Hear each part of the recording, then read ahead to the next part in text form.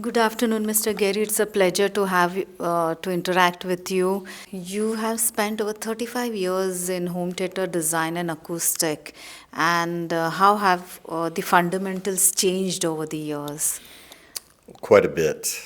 Okay. When I got into the business, which is actually more like 45 years ago, Okay. the understanding of acoustics for homes, audio, was very neglected. And so many of the knowledge articles that were written about it were based on acoustics of concert halls. The research, I think I have to give credit to Dr. Floyd Toole for beginning it in the National Research Council in Canada and starting to understand the real difference between a large room for performances and a small room. What core principles are still relevant today? Well, I mean, the basics that you would read in various how-to articles years ago, using fiberglass to absorb sound, that's still true. Okay. The difference is that now we understand that sound is particularly not unpredictable, but it is not homogeneous in a small room. So in a large room, you can listen in various places in the room and have very similar performance expectations. In a small room, there's very specific places that sound good. And so putting treatments on the wall becomes very specific too. Okay. Especially because in a small room like this, you can what I call crash the reverberation time, meaning that you make the room too dead, and that creates its own set of problems. Can you tell us about HAA, the Home Acoustic Alliance, and your strategies? What is the kind of training you give? Sure. Home Acoustics Alliance, we were, I think, about to celebrate our 25th year. And the difference, Home Acoustics Alliance was created because at that time in the CEDIA world, there really was no training that was all-inclusive and hands-on. I think the credit goes to THX for creating the first relevant training. And what HAA was created is to kind of be a follow-on that goes into more advanced, not only acoustical principles, but also hands-on work. So my class and THX class are, very integrally involved. And in fact, over the years, we partnered with THX, and now HAA provides THX training for them. So it's really integrated. Can you elaborate a bit on the training part of it? What kind of modules do you? Yeah, training has evolved incrementally over many years. And, each time we have a question from a student or a suggestion, we take that seriously. And I think about how can I make something easier to understand and more relevant. So one of the big changes that has happened in the last 5 years is that we put our first level of training online because there's a lot of information, and frankly, in an online class, I was able to deliver more of it than I could in a one-day in-person class. And so the students can take that at their leisure over time and make it easier to absorb that information. And we keep that training available to them as they go through the whole process so they can refer back. And then the next level is a combination of a lecture and a workshop. And it's focused on explaining basically what they learned in level 1 online. But then also the workshop is focused on teaching them how to use the more sophisticated measurement tools, sound analyzers, and showing them how to calibrate a system. And then finally, the level 3 kind of brings all of that together. And it's more free form. In a room like this, we usually have no more than 6 students, and they are a team, and they go through a process of designing the system and then calibrating it. And of course, I'm hovering around looking Okay. to offer suggestions, and there's Suggestions. moments in the training where we stop it, and I'll do a more deeper explanation of some principle. Explanations. But the students love that, and it's a lot of fun. It's a fun for me too. That's why I keep doing it. And at the end, we are the results are very impressive. You know, the system, it amazes the students usually how good we can make a system sound. As an expert in this segment for over years, what do you think are some of the misconceptions among system integrators or, the Well, audio enthusiasts? there's a variety of different misconceptions. I mean, I think the biggest one is that they think it's very straightforward. So, and it is if you look at it from a high level. We basically put the front speakers in the front and the side speakers on the side, and we put some speakers in the ceiling. But it's a much more delicate ballet of balancing all those Balancing speakers by their position and position. tuning. And I think part of the thing, I got to commend CEDIA because their recommended practices program has created the first document for audio, which is called the RP 22. And it really opened up a lot of integrators' eyes to the fact that there's more to this than is. just putting the speakers in the Speakers, room placement and is- hooking them up. And it's really enhanced our training because now more people are realizing that this is a profession and they need to have professional knowledge and skills. And that's where we come in. We provide things that CEDIA doesn't offer. So, Coming back to your trainings, what is generally the duration of your trainings? well, the level Yes. one is online, and it can take between 12 and 16 hours, and people 16 can hours. self-pace that. They can spend a year taking it, Okay. and then when they're ready for the test, they register for the test, and they have 30 days to take it. The level two is 2 days. The first day, as I mentioned, is a lecture, and we go through the most important principles from the online class and explain them. And there's a lot of, oh, yeah, now I have it. Okay. And then the second day is that calibration workshop. So that's 2 days, and then the final advanced level 3, that's 2 days as well. Okay. So.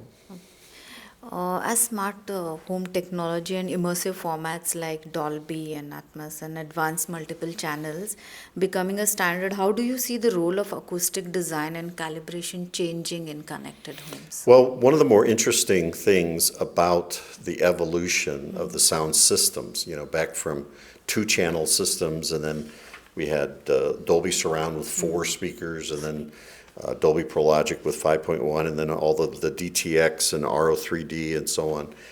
The basic principles of sound and speaker placement haven't changed. We know more about it now, but the concepts really draw back to even the early days of 2-channel stereo. In a way, an immersive sound system is many 2-channel systems surrounding you. So we're still concerned about optimizing stereo imaging, which sounds archaic, but we're still using stereo. And so that's part of the balancing act. And when you add to that, the position of the listener is generally based upon the way the room creates low frequency areas that are very loud and very quiet, created by standing waves or modes. And so we have this process where we try to step through each one of these hurdles, solving each one, and then moving to the next. And then the placement of all the speakers depends on where you end up putting your reference seating position. So it really is a very intertwined ballet. We call it the acoustical framework. So if you reach a point where you think you've got the right seating positions and you think you've got the right subwoofer positions, and then you try to set up your front speakers and they don't work, and then you may have to go back and rethink. So we call it an iterative process. Okay. So. You have been credited for designing some of the best demo rooms in the world. So, what are the key elements beyond great guests? What makes cinema truly immersive? Well, I think the number one thing I would have to say is your client's cooperation. Oftentimes, a client, we call them end users, they have their own preconceived notions of what they want their theater to be. And it may be because of a theme. They want it to look like an Egyptian tomb, or they want it to look like the Enterprise main control room. All those things, and then we have to reason through that. And then simple things like, where are we going to put the door? And are there windows? Okay. The very best rooms tend to be a little bit larger. So a tiny room is definitely more challenging than a larger room. And if we have a room that is a decent size, then we can get a better balance amongst all of the speakers in the room. We call it the constellation of speakers. Okay. And that balance is what creates that immersive feel. And of course, it needs to be very precisely tuned. And so I would say a larger room where we have a lot more flexibility in placing speakers and seats where they're going to sound the best. And those are the keys to the kingdom right there. Okay. And can you tell us about some of the projects you've designed?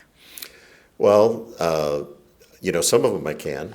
Some of them I'm not allowed to talk about. Okay. But Maybe you don't mention the names, but something unique you have created for that space. well, I think that I would pause on the word unique, Unique, okay. because one of the tenets of our training, especially we address it in our level 1 online, is that we are trying to emulate the post-production sound stages and dubbing stages where the movies are actually made. Okay. So if you want to hear some A-list movie, if you go to that A-list recording studio and look at how they've designed their system, if you're able to emulate that, if you're able to duplicate that, you're going to do wonderful work. So I would say among the best theaters, there's more of a similarity in the way they're laid out, which means that there really shouldn't be a uniqueness to it. Now, solving problems, Yes. like for example, I've been asked to design rooms that are octagon, so they have 8 walls or 6 walls, and that creates challenges. So what you're trying to do when you have a room like that is you're trying to bring back that symmetry and still emulate your template room, which would be, for example, one of the dubbing stages at a A-list studio. But I think trying to create that similarity, what we call recreating the artist's intent, and the artist being the movie makers, the sound engineers, the directors, in a room that is non-standard. And those are the most challenging for me. But they're solvable if the client gives us the flexibility. Flexibility. Yeah. But again, coming back to one of the case studies, maybe you can just share with our professional readers. Well, boy, I don't know. I would have to pick one out. Okay. I think you can speak about a couple of them. Well, I think the most difficult rooms, the most expensive rooms, and this seems to be a common theme among the higher end rooms, is they're trying to put so many seats into them. Oh, okay. Because they want to show off. Okay. They want more people into their room. And so that's usually the biggest challenge. Okay. That's why larger rooms are better, but we have more flexibility in placing all of the seats in the room. And that's a common theme among some of the very high-end rooms. Some people are more interested in achieving the high-end perfection, and they will listen and understand that there's a limited an amount of space in the room where we can create this excellence. And so we'll have smaller groups of seats. So, I think that, the challenging ones are oftentimes not necessarily the very best sounding ones, because if a client has a particular requirement with some sort of unusual ceiling, or they have some huge picture window that overlooks vineyards and, all of that. It's great, it's a beautiful space, but we may not be able to, pinpoint that immersive perfection in a room like that. But we try awful hard. One last question is for homeowners in emerging markets who want high-end sound without professional installation. What practical acoustic upgrades or design decision delivers the most noticeable improvements? Well, I think that for someone who's an enthusiast, audiophile, they're all going to be seeking out information. But some of the information is erroneous. There's some old school thoughts that were prevalent years ago that are just simply wrong. So one of the things they could do is come to the homeacoustics.org website and take our level 1. You don't have to be a pro to take it. And it's a very good class, very enjoyable, and it lays out the basics. I think the most important things, though, looking at the typical home, oftentimes listening positions are in couches that are pushed up against a back wall. And that back wall creates an area of a couple of problems. The bass becomes very muddy and often boomy. And if you have speakers behind you, they're too close. Okay. So one of the things that you would try to do is to centralize your listening position so you have as much distance as possible from all the speakers. That creates a wider area of listening, good listening, and it also creates a more immersive sound field. So, that's difficult in a room that's not dedicated. And it's also important if you're going to lay out a room, like some people will have a room that has a bar, or maybe a pool table, a multi-purpose room. When you design the sound system, don't worry about those places. Decide where your seats are going to be for watching a movie, and focus your efforts on design and calibration on those seats. And because in a small room, one of the drawbacks of it is that the area where you can get great sound is a smaller area. That's why I said earlier, larger rooms are easier to make sound good. So that I think for the typical person, that's the big one. And I would also add, I think the first thing a lot of people do is they buy a lot of acoustical treatment. Sometimes that's a mistake, because as I mentioned, I talked about crashing the reverberation time, the amount of time the sound lingers in the room. If you take too much of that reverberation out of the room, it reduces the immersive effect. We call it envelopment. And so you really have to be very careful balancing the taking out the bad reflections with retaining good ones, so the room still has this immersive feel to it. So I would say the seat placement, speaker distance, and then understanding that you don't just fill the room with absorption. Those are the three things I think that most people make a mistake on in a DIY room. Yeah, rooms. Okay. Anything else you would like to add which you think we have missed out on? No, I think you did a good job. I think that my message to everyone, and I know there's a lot of enthusiasts that might be watching this as well, is to consider coming to homeacoustics.org and looking at our level 1 training. We call it our home cinema primer. And if you go there and register as an enthusiast or a pro candidate, you automatically get a taste of that class. You'll be able to actually take the first 4 lessons of it and see if it fits. Maybe Okay. it's something that might be intriguing, and then you'll step up and Step purchase up, the whole okay. course. So in all, there are three levels to it. There are 3 levels, yes, Okay. and the level 2 and level 3 are always done in person. In person. So Okay. it's very convenient for people to go on the website and like I say, get a taste of what our training is. The other thing that I'll bring up, we've got our first certified product, and that will be launched. The product is launching now, but our certification will be launched in March, and it's with the audio control Hyperion, Okay. and we call it the HAA Link. Okay. And it is designed for pro calibrators. It allows them to unlock the secret keys to greatness Okay.